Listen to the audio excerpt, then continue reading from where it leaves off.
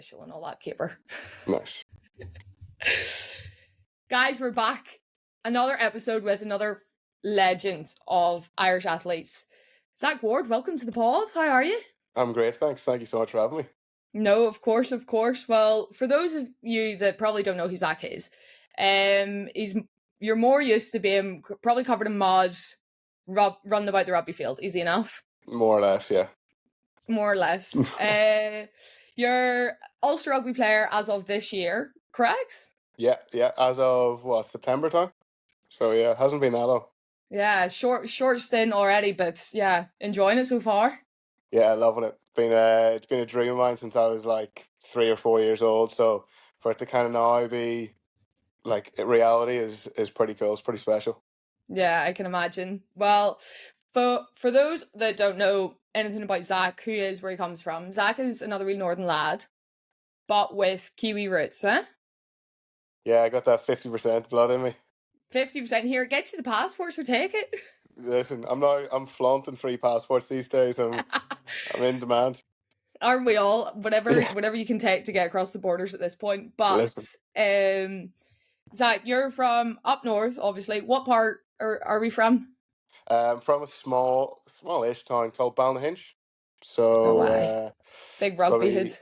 Yeah. There's only really rugby gets played out here, but there's not too many hockey. There's a few hockey clubs, pretty close by. I think. Yeah, I think there might be one. Yeah, that's actually a really big one. And my Pegasus? Concept of Pegasus? No, they're in Belfast. I thought they were Banbridge, no? No. This is my old primary school teacher used to coach Pegasus. That's the only reason I've heard of Pegasus before. I did a year at Pegasus trying to decide what I was going to do with my life. So, you know. Nice. We all end up somewhere. But, Yeah. So you're from Ballynahinch. Yeah. Out in the sticks, wee country fella. Exactly. How did you get into rugby? How did that start? So I got into rugby when I was about 4 years old. Growing up in my family, didn't really have much of a choice. My old man played for Ulster and stuff like that. So yeah, growing up, I didn't really have much of a choice. So joined Ballynahinch Rugby Club when I was 4. Literally live round the corner. So joined there when I was 4. Played my whole mini rugby up there. And then, went to school in Down High, which isn't really known for being sporty, but I think in my year we actually got really lucky. I ended up playing rugby for a career in Brittany Hogan, who plays for the women's team now. Mm-hmm. So Brittany was in my class in school, so I think we got pretty lucky with my year for rugby, but we're not really known for being sporty anyway. Yeah, it's not the first school that will spring to your mind whenever you're thinking of sports and stuff, of competing, and I think across the board probably, but not a chance.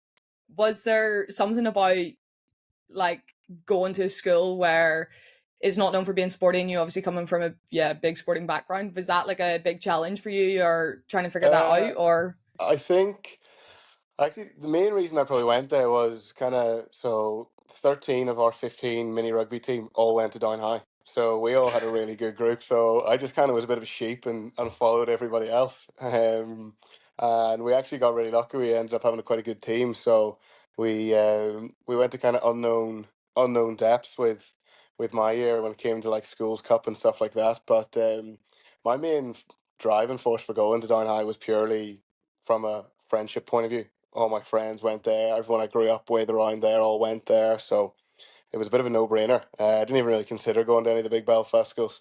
No, fair enough. You can't really take a country boy and put him in the big city, and kind of anywhere outside of Ballynahinch is a big city. Downpatrick was close to being a big city because I had a big bus station, but apart from that, I haven't been too close. All the size of the bus station. Yeah, listen, anyone that's doing more than 2 buses a day is flipping the big bus station to me. Oh, that is a fair shout, and probably half the time the buses don't even shop in time. Oh, I'd be the same from the other side. So from Larne, there's nothing coming from Larne. Everyone's leaving there. Yeah, to be fair, you can't blame them. But hey, here, get out. Oh no. Yeah. So did you find that? So you said that going there to Down High was all about being with your friends and everything. So yeah. Was there a point, or was it a choice that, okay, maybe my rugby might not take off here, but my friends are more important? Or yeah, you said you were lucky that you had a really good group. Yeah. Was it ever a conversation? It's like, nah, like I want to try and get rugby, but you're 13. Like, how do you decide all that, or is it just Yeah, I want my friends? I think like I think like every kid growing up in Northern Ireland, everyone wants to play for Ulster. So everyone when they go to school is thinking, "Oh, I'm going to play for Ulster someday." So like it was always in the back of my mind. It was something I wanted to do, but I just really enjoyed playing rugby with my mates, and I probably wasn't the most academic in school, so it was a great excuse to get out of class and go train with your Hmm. mates 3 or 4 days a week. Like so, no, I think. It wasn't probably until I was maybe like 16 or 17, whenever you kind of start getting into the age grade stuff at Ulster, you think, okay, maybe we've got a bit of an opportunity to pursue this as more than just a hobby. Um, and so I knew it was going to be pretty difficult because I think the likelihood of making it from a country school is pretty small. Hmm. Um, so I knew it was always going to be difficult, but no, I mean, if I had my time again, I definitely wouldn't change it. Um, I made friends for life at my school, and I love still going back to watch whenever they're playing still. But no, it wasn't easy, but yeah, I definitely wouldn't change it at all. I think that's what I feel a lot of actual international sports people would say is because they've maybe not had the easiest way to get into those like national panels, whether it's in rugby, football, hockey, whatever the sport is. A lot of the times, I think that's where you find the most resilience because you're like, okay, I think especially in rugby, like all the big Belfast schools are going to have the big lads with the big known names, and that's Exactly, whatever. And you're just this wee lad from the country trying to fight to get in. You're like, here, I'm also literally. here. Literally, yeah. Like, I mean, and like even whenever I left school, I didn't go straight into an academy or anything like that. I went away. I took a year out to give it a good crack and really focus on it, and it didn't work out. So I ended up going away to Hartpury to study for uni. Um, and then COVID hit, and I came home, and I still had no opportunity with Ulster. So I had a call to go play sevens, and I suppose yeah, the rest is history then. It's a slight history. Yeah. So were you guys the first team that went? No, so the No. guys went in Tokyo. Oh yeah, they were the troublemakers in Tokyo. In Tokyo, sorry. How could I Yeah, forget? I heard some good stories about them as soon as they Oh, finished. yeah. No, as soon as they were finished, the rest of like Team Ireland still hadn't even started competing, and then all the rugby lads were just having a great time. Which you know what, fair. You deserve it. 100%, like So exactly. tell us about how the call came in. Like, how did that all unfold? Was it something you were expecting? Was it something you would had thought about? Were you open to it? What was it Yeah, like to? I think it was so like as we all probably know, like during COVID, there was literally nothing to do, and there any opportunity I could get, like like I love to play golf, so I was playing golf maybe like 5 days a week just to get out of the house and do something. And then I actually got a call to go and play Ulster running these like kind of trial-ish games against the provinces. So I think they had a few injuries and they were like, listen, do you want to come and try and fill in for us? So played one game with them, and then on the way back up the road, Antonetti, who was the sevens coach at the time, gave me a call and was like, listen, we just watched your game there. Do you fancy coming down and trying out for a week?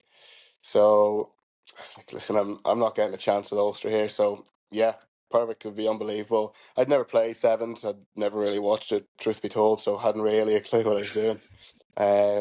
So went down for a week, and then 1 week led to two, led to three, and so on. And then eventually you're like, listen, do you wanna come on board full time? So it was a pretty easy decision when you've nothing else really going on. And then yeah, was when I first went down. I don't know, like, when you're traveling back up and forth, like it's pretty grim driving back up and forth to Dublin all the That time. road is bleak. That It's the road to most Dublin. boring road to drive. It's literally all you have to do is get like the two bridges. Yeah, That's how I know. It's like there's the bridge like going over Newry, and then there's the one I don't even know where it is, but there's the big triangle bridge that I say, and yeah. I'm like, okay, they're the two pit stops that you just have to try and get past to I, go and I figure work it it. out. I work it on Apple Green, so I'm like, right, once you get the first Apple Green, just Yeah, past Newry, I know I'm close. Then the second one, I'm basically there. So, yeah, pretty much. literally, so then we head down, and we got the chance there. If you actually had a few houses, so we ended up staying down there. So I moved to Dublin permanently, which was pretty Wow. cool. And then yeah. ended up playing sevens in the full Olympic cycle, which kind of topped off with playing in Paris, which was pretty special.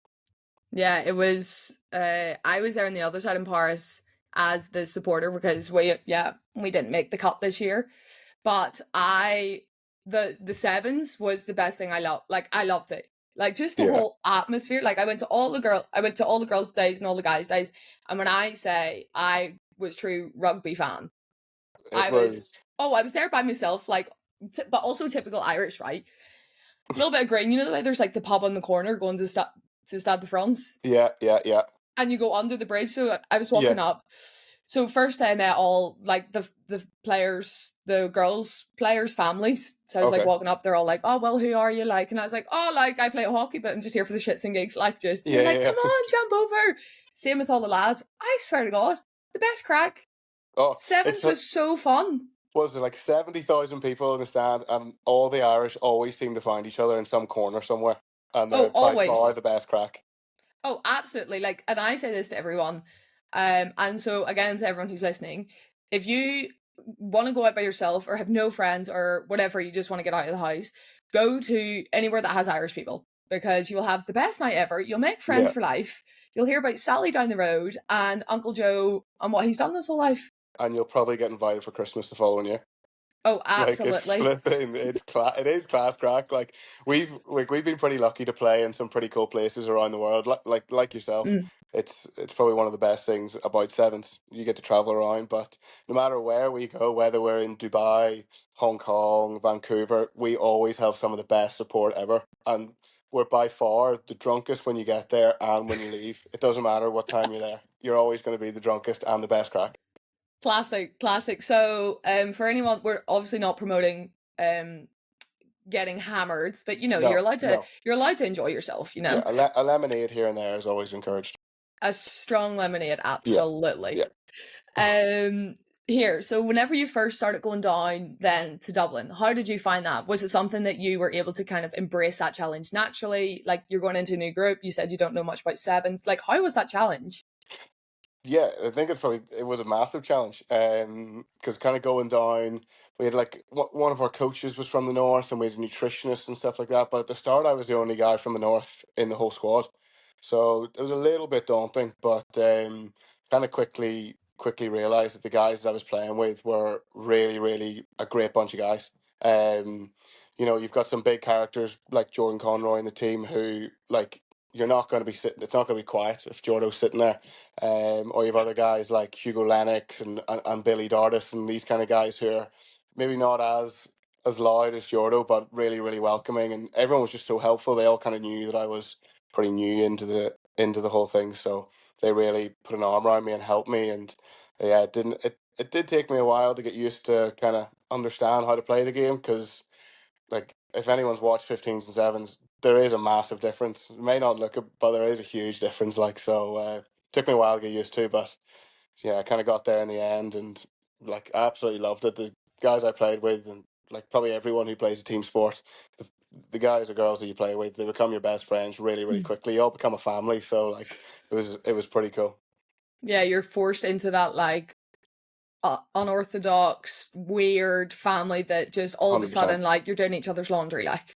Oh yeah, like so the house that we lived in Dublin, there was six of us in the house, Oh, and it cool. was it was awesome, but it was also carnage at the same time. Like six guys all trying to cook at once is in one kitchen is pretty crazy, and you get one of the guys was South African, two guys were English, like myself, the rest were Irish. Like it was a real mix and blend, but it worked pretty well. It was some pretty good stories, which and maybe once we've had a few lemonades next time, we'll probably maybe get into those. Like, so maybe can't get into those just yet. Yeah, I can imagine definitely the multicultural aspect is yeah, I can imagine that's a bit fun, but Yeah. do you think that you learned something from that from sharing with people from different cultures that you were able to then bring back to the Irish group? Yeah, massively. I think the guys kept trying to convert me into becoming a dub, which was No. I was no, never gonna happen. But yeah, like you just kind of find little ways, and because everyone's trying to compete and perform at the highest level, I kind of the thing that struck me was the different ways that guys kind of looked after themselves more off the pitch than on it. So whether it was diets or going to saunas, ice baths, doing all this kind of stuff was still pretty alien to me whenever I kind of first joined. So it was a nice kind of insight to see how these guys who've been doing it for a while kind of operated at the highest level and stuff. So that was probably the biggest thing that I kind of took away from it all. It's that kind of, yes, you're on the pitch in a way, essentially killing yourself. Like you're just head In a down charge. nutshell, yeah. Yeah. In a nutshell, head down Yeah. charge at folk. But then how like, and I think that's just in life as well. Like not just in sports, people, but like how doing stuff away from your career, your day to day jobs, where you really can take care of yourself like holistically, has now become so important for everyone. Oh, massively. I was talking to a friend of mine. We went for coffee the other day. And we were kind of talking about it, and it was like, you know, I actually think, well, professional rugby anyway, it's definitely becoming far more like mental than it is physical. Because like you're under so much pressure, so just finding any way to get those 1%, whether it's doing extra recovery or extra gym or something like that away from the pitch, really does add up on the pitch. Yeah, definitely. Because and it's different, like playing on a wee Saturday morning down in Ballyhinch, just Yeah, 10 folk on the sideline versus like you're then out playing in the Stade de France in the Olympic Stadium where then you've got 70,000. What like strategies or were there things that you did for yourself that you found helped you manage that pressure that was put on you probably by yourself, your teammates, family, everyone, the whole nation essentially? yeah. I think the thing that I kind of we got a lot of kind of training around kind of having to cope with, you're going to be in a cauldron and everyone that's there, like, everyone there is the height of their game. And like you're meeting some pretty cool people. Like the thing that Mm, stood out to me was I was filling up my water bottle one day and I was Nadal was standing beside me and just started to have a conversation. And like casual. I honestly like I nearly wet my pants. But it was like it was insane. But in terms of like the things that kind of stuck out to me that were coping with that amount of pressure was just trying to stay as calm as possible. So like before games, I kind of like to listen to some like country music, say, just something that completely distracts me from what I'm doing and don't think about it. And even in the warm up, I still like I try not to think about the game. It isn't until I cross the white line that it's like a switch that flicks. And like with sevens, we play 3 games a day, so you have to get used to flicking on, flicking off pretty quickly. Yeah, I can imagine like doing one warm up for me or max two a day is tough, but to do three and be able to manage that like peak, come honestly, yeah, right back down essentially, and Yeah. then get yourself built all the way up. I just can't comprehend that. Like that's mad. Oh, like don't get me wrong, I was eating caffeine gums like they were Smarties. It was the only way I could get myself up in that third game, but nah, like you do get used to it after a while. You definitely do, but I don't. That's one aspect of sevens that I don't miss. Fair. The what like normal 15s? It's what like a full week at least between games or something. Yeah, like so this game we play on Sunday here. We played Friday night, just passed, and now we play Mm. on Sunday, so we get a full more or Oh less 9 days Jesus, off. that sounds easy enough. Oh, jeez, well, it's meant to be easy. I know, so they say. That's Yeah, all people hear is like you play the game on the Friday and then the following Sunday, and then it's like no, you've actually missed about like 17 other sessions and stuff in between that in between. Yeah, you've no idea what's going on. we get a bit of a day off on a Wednesday. And we're like, oh, geez, you lads get her handy. You're like, piss off, like no Yeah. chance. No, like I'm the exact same. I'm like, you try and go and do what we do, and then we'll see Yeah, how you get on. I'm like a 9 to 5, no bother at all. I couldn't do it, but no bother. yeah, 100%. It's just I've not no for me chance. as well. So you mentioned that rugby, especially nowadays, is really turning into a mental game. And I think we've seen a lot in the past how conversations have kind of shifted with rugby players being these big, strong, manly men. There's never anything wrong. You just get on with it. But you are an ambassador for Tackle Your Feelings. Yeah. Why is that important to you? Why did you choose to become an ambassador there?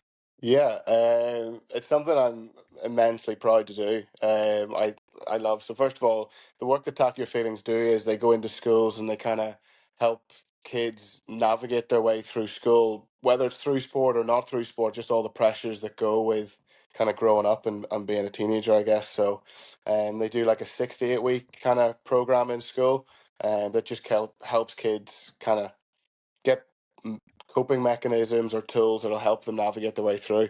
So it's run through the Rugby Players Ireland, which every professional player throughout the island will kind of is a part of. So they approached me just before Paris, so probably in the January just before Paris.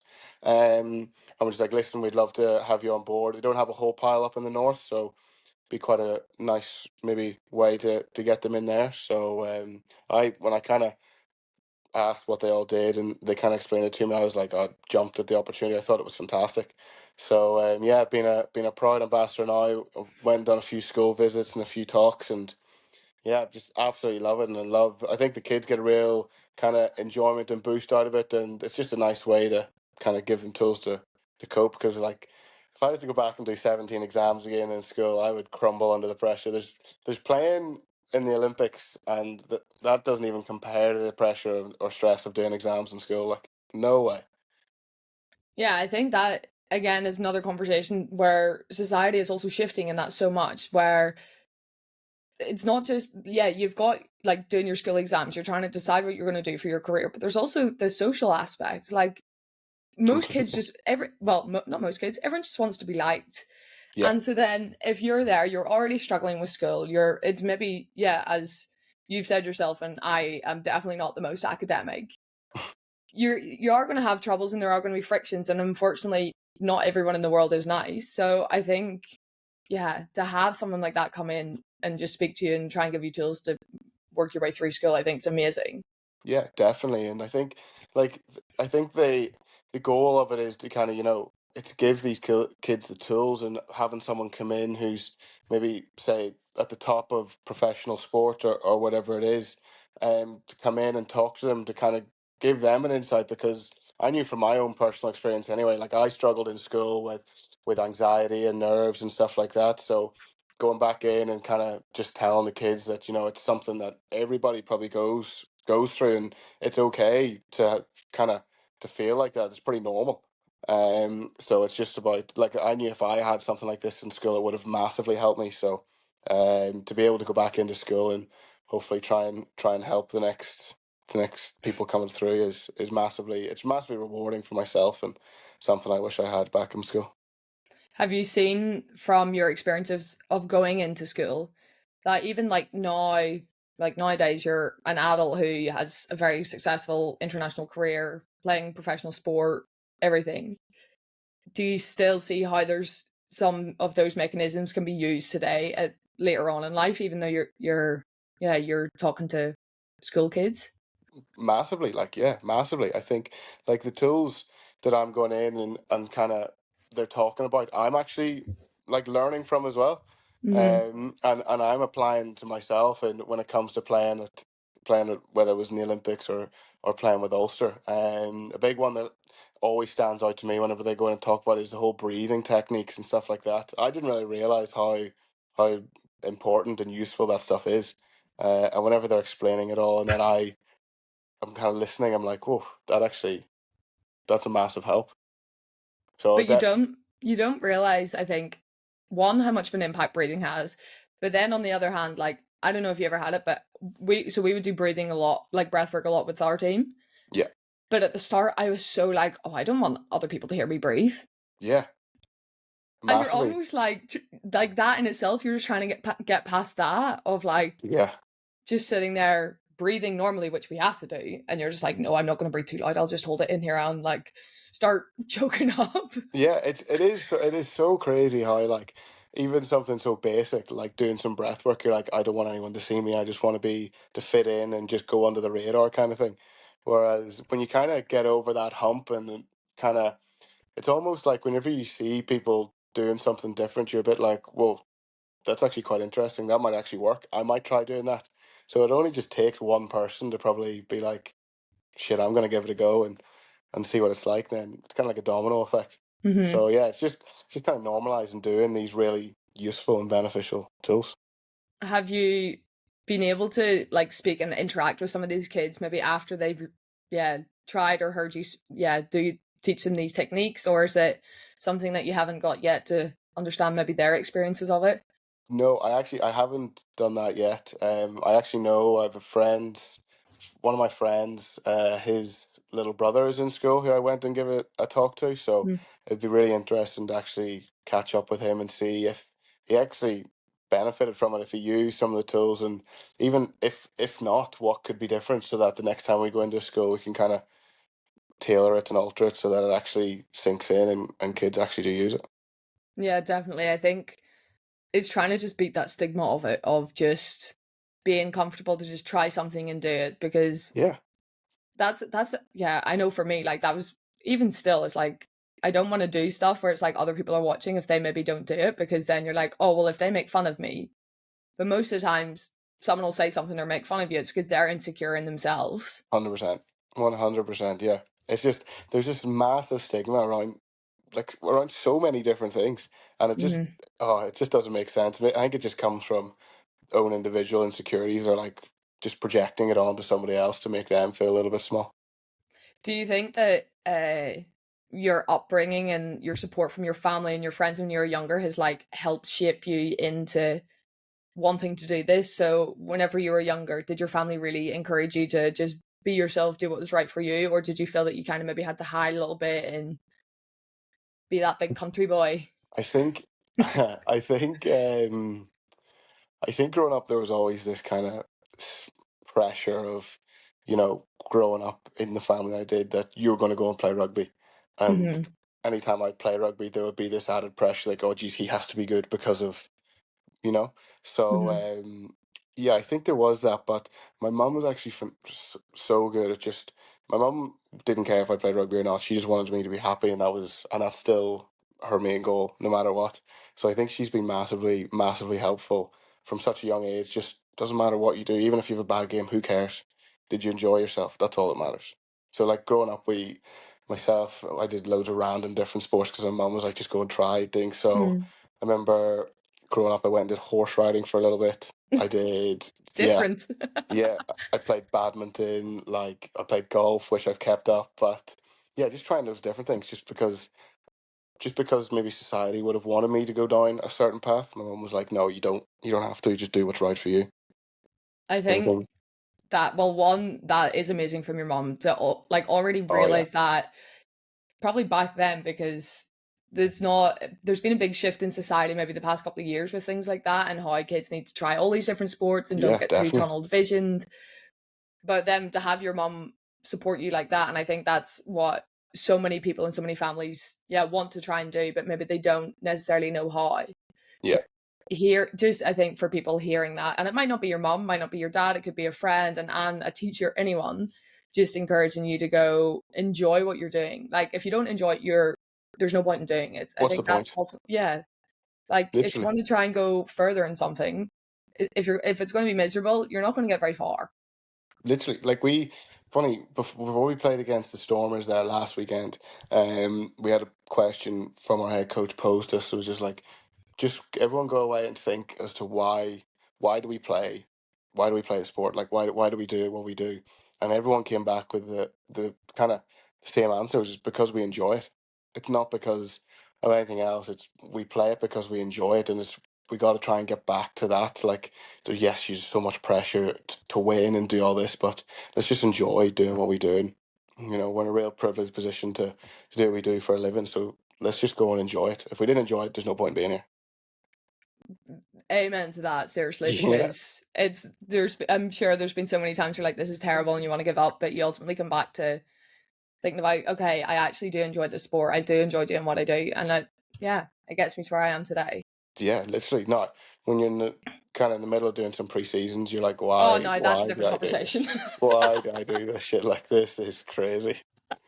Especially like 15s isn't as bad, but when I played sevens, some of those pre-seasons were brutal. And you're really starting to doubt why am I doing this stuff like that. Especially in Ireland when it's like that bucket in rain and you're like being sucked into the turf and you're Do, just like, I can't move. doing our Irish summer, which is just non-existent. Like, Or what, 4 days of it or something, like, yeah, honestly. we'll get one good day where we can train in a singlet, and then the rest you're just like, nah. this is not worth it at all. Oh, jeez, it's mad, mad. Right, okay. You have, as earlier mentioned, last year you signed for Ulster to go back to Yeah, 15s, and childhood dream come true. What is yeah. it like? Like, in a nutshell, it's awesome. Like it is, it's really cool. Yeah, it's something I wanted to do since I was a kid, and something I didn't really think was going to be an opportunity for me. Like I'm 26 now, so at the time I was like just off Paris. I was like, I don't really know what I'm going to do now. I knew I didn't want to play sevens anymore because I'd kind of been everywhere and done everything I'd wanted to do.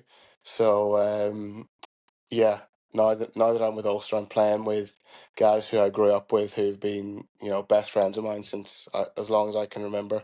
It's really really special, and having my little brother there as well, who's in the academy. So we've never played a game together, so that's the biggest goal for this year. As soon as I signed, that was my number one goal, was for us to play a game together. So still hasn't happened, but we've got a few like maybe 2 months left to try and make that happen. But Oh, hopefully it's we'll put it's a call grand. into whoever needs it. Yeah, but no, it's awesome.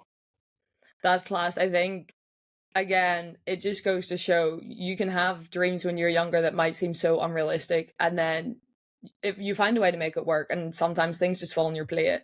Oh And yeah, now, you yeah. don't need to go. You don't need to go the conventional route to get there. It doesn't matter how you get there, as long as you get where you want to be. That doesn't matter how you get there.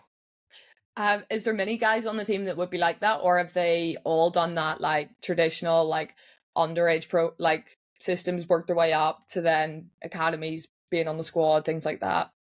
I think I think most of the guys have probably went through the academy system and come through. There's definitely a couple who maybe didn't get looked at. I mean, I remember growing up, we were in the under 17s, and little Mike Lowry, who plays, he got dropped because he was told he was too small.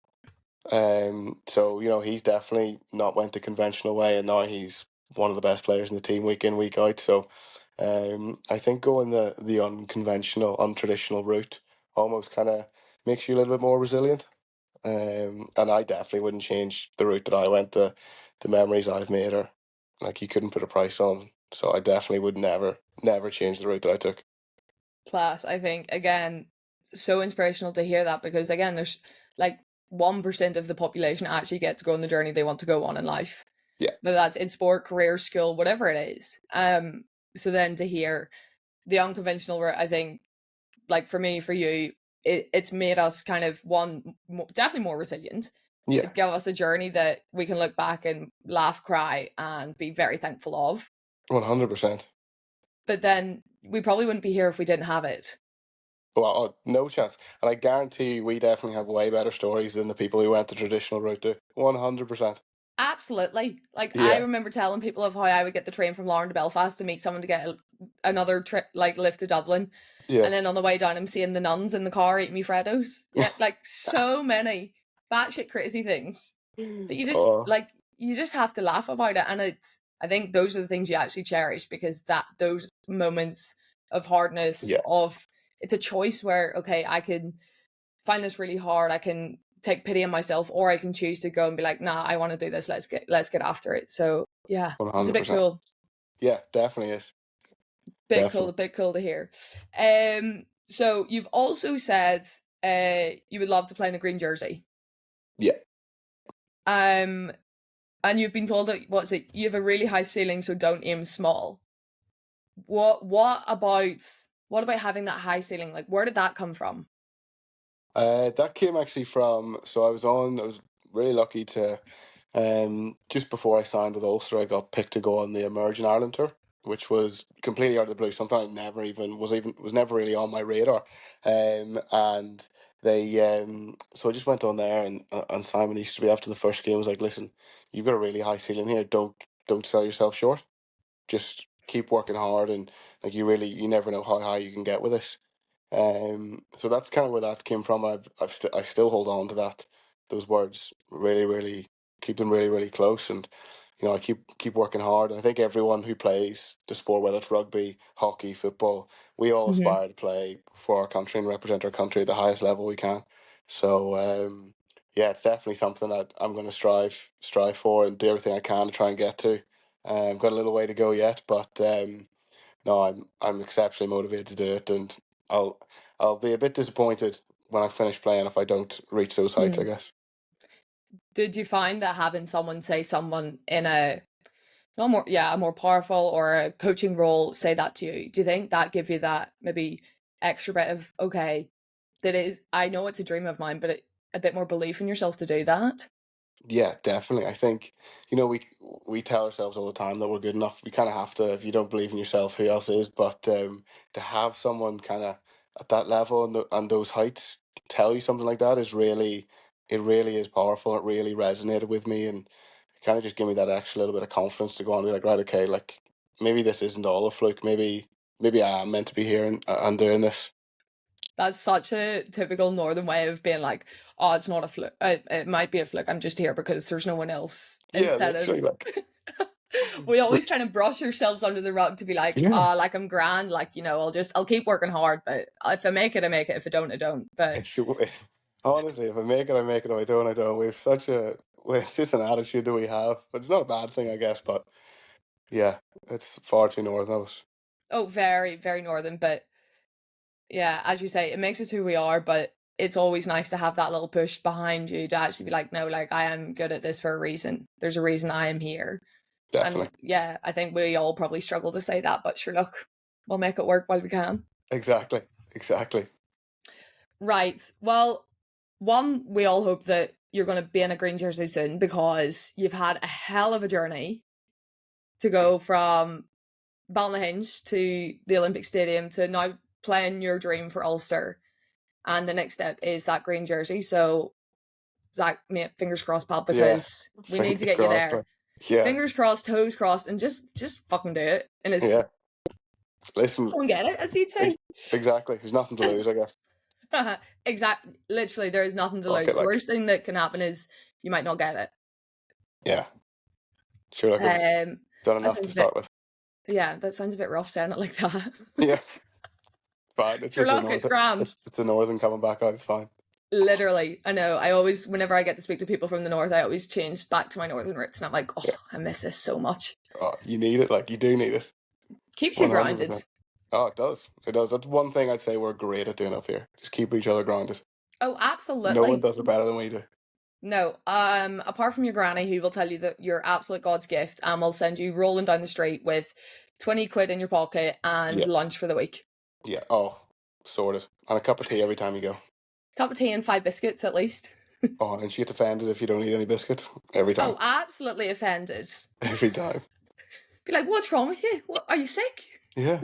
You're not eating any biscuits? Jeez, go on. You need a wee bit of fattening up there. Go on, eat those. I know, you're working too hard. Yeah. Yeah. Oh, 100%. here. Okay, every time I have a guest on, we always do the Unboxed 11. It can be essentially whatever you want, quick fire, short fire, middle, whatever tickles your pickle, as I say. Love it. So we'll start off easy enough, okay? Number one, favorite time of the day. Morning time. I You love a sure? yeah, no, definitely in the morning time. Get up, have a cup of coffee, start the day. Fair, the coffee. Day doesn't start until you have a cup of coffee. Absolutely. Yeah. What's your coffee choice? Flat white. Maybe a bit of oat milk, depends on the weather.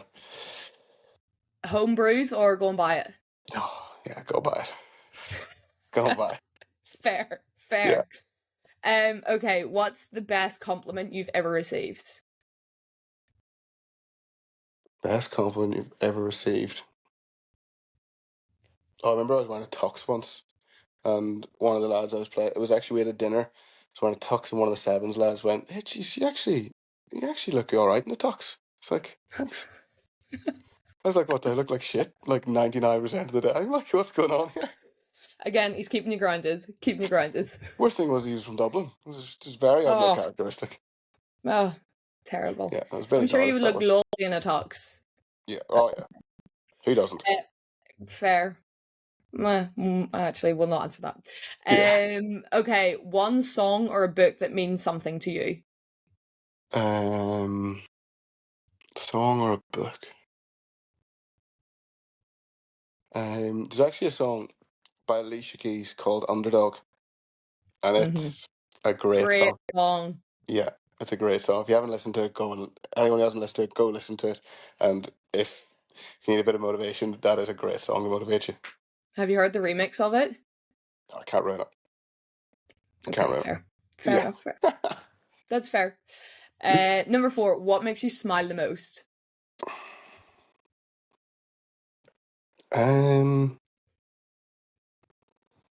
Makes me smile the most. Jesus, loads of things that make me smile. Okay, you can give a few. Yeah, I think I'd probably say something like just like if I'm not just spending any time with friends, I'm always smiling at that. Or I'll get some brownie points here. But anytime I go out for dinner with my girlfriend, that's always a time. It's always quite nice. So Definite brownie points are in there. yeah. I'll leave those to you. You can't top that. Yeah, listen, we'll move on quickly. Yeah. 5. 3 things you can't live without. Things I can't live without. A hot chocolate, With preferably from Hotel Chocolat. with marshmallow or without marshmallows? No marshmallows. Maybe cream if it's festive, but no marshmallows. Okay. Yeah. Like as much as it probably pains me to say, I'd probably say my phone. Yeah. It's bad to say, but yeah, probably my Standard phone. answer. Yeah. Just um, I can't live without my bed. Oh, My that's a bed. great one. Yeah, my bed. Fair.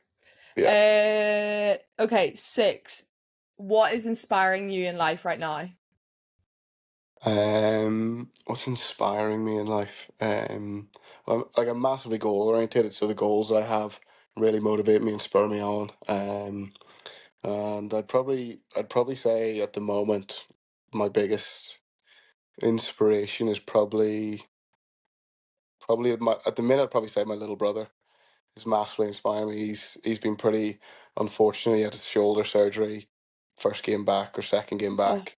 He then wrecked his knee, and then he came back, played a couple of games, and then he wrecked his ankle. So he's still getting back. But the resilience and the determination he shows to get back, I'm like, geez, it's pretty awesome. So that's I'd say that probably motivate is my biggest inspiration at the moment. yeah, fair. That is pretty impressive to still Yeah, keep going after 3 shoulder for wrecks. was he labrum torn, PCL tear, and then syndesmosis torn. Oh, Just jeez. all in the space of a year, so it's been really unlucky for him. Like, Oh, that is shit. yeah, Honestly. it But is shite. Like, it's just part of the game, I guess. But yeah, it's pretty brutal. yeah, but again, amazing to see that he's still fighting back through it to try and get back. Yeah, Class. Love that. yeah, Love that. Okay, big one here, right? If you yeah. weren't a rugby player, what would you be? Oh, and if I could do anything, Yeah, anything you want. I'd either be my goals would be a teacher when I finish, so I'd love to be a teacher, or Right. a professional golfer. Oh, or if paddle was a professional sport, I'd love to play paddle full time. I join you in that. Yeah, it's so good. It's But class. yeah, like if I had any sport to play, rugby included, I'd still take golf. It's I actually love golf so much. So yeah, I'd probably say golf for a teacher. See, to be honest, I feel like every rugby player, if they don't play golf on the side or after yeah they finish, Yeah. then they're not a real rugby player. The only two things you can go into after rugby is either open a coffee shop or you play golf. That's literally Yeah, it. That's all easy, you got. easy as That's that. So I guess you all won we've the golf got. for it. Yeah, because I can't do any latte art. Yeah, sure you can work on that. You can add it to the goals list. Yeah, true. Add it to the list. Post retirement Yeah, hobbies, latte art. latte art. Okay, what is the biggest misconception about you? Um, biggest misconception about me.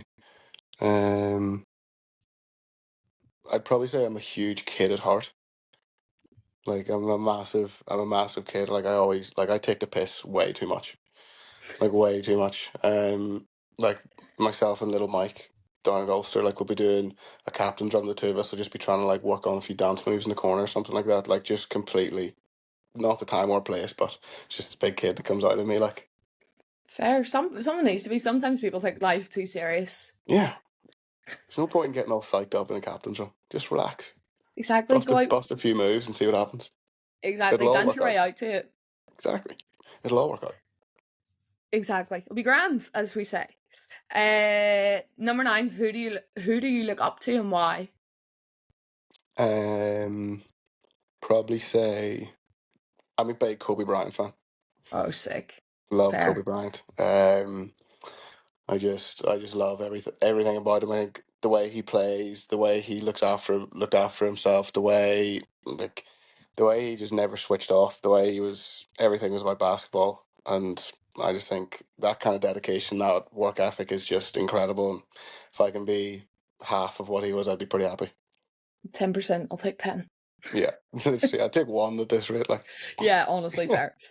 Okay, 2 to go. One experience that significantly shaped who you are. I don't want to just give an easy answer and say the Olympics. I feel like that's a bit of a cop out. No. One experience that shaped me. I would say, oh, I would say probably going to uni. You know, kind of going away to England and being a very, very small fish in a very, very big pond. You kind of have to either kind of express yourself and who you are, or you just shrivel up and kind of just coast by, which didn't really sit well with me, just coasting by. So I'd say that really forced me to come out of my shell and become a little bit better communicator and a bit more social. So I'd probably say that. And Impressive. if that's a bit of a shit answer, just go with the Olympics and we'll just leave it at that. No, I can think that being a big fish in what is it? Small fish in a big pond? Yeah. I think that is something that a lot of people can relate to. Yeah. But sure, the Olympics is still a shit answer. Shut up. Okay, final question. How do you stay true to yourself? How do you stay unboxed? Well, I've got a really good group of friends and support system who do a great job of keeping my feet on the ground and keeping me focused on the big picture with things. Not losing sight of myself, but yeah, I think just kind of like I said, I'm really big on setting goals. So I would say I'm quite good at staying focused and motivated to tick off those goals. So just kind of small goal setting, just nothing too crazy, but just little and often goals that I can tick off and keep my feet on the ground. Plus, I think again something that a lot of people can relate to and probably should do more often, where it keeps you on track. You're gonna fall off, you're gonna get distracted or whatever, but something to bring you back is just gonna, yeah, will keep you going forward some way or another. Exactly. It's very easy. I find it like I can very easily get distracted and drift off and just start doing random shit that has no relevance or anything of what I'm trying to achieve, and just having something to look back on. Like I write it all down, so something to physically be able to look at and tick off is definitely something that helps me. It's definitely a bit satisfying as well to be like, yep, did that, on to the next one, like the tick at the side of the page. Massively. I'm being able to look back and kind of read all what I've tried to achieve and ticked off or such is really, it's really, really motivating. It's a really nice feeling. Class, Zach. I think you're so inspirational and so many people can relate to the journey you've taken and the mindset you have and how open you are. I think for myself, it's been class listening to you. I think, you're just a gem, because you're from the north. We're all gems. Yeah, we're obviously. All But two, as an athlete, you've set a platform for yourself and many people to look up to, and I think that's something that is so inspirational. So inspirational. Easy for me to say. Apparently, I can't talk anymore. But class. Zach, seriously, thank you so much for your time and sharing. Just a bit about who you are with us. No, thank you so much. Really, really, really enjoyed it. Really looking forward to coming on, and really, really glad that we got to do it. Thank you so much.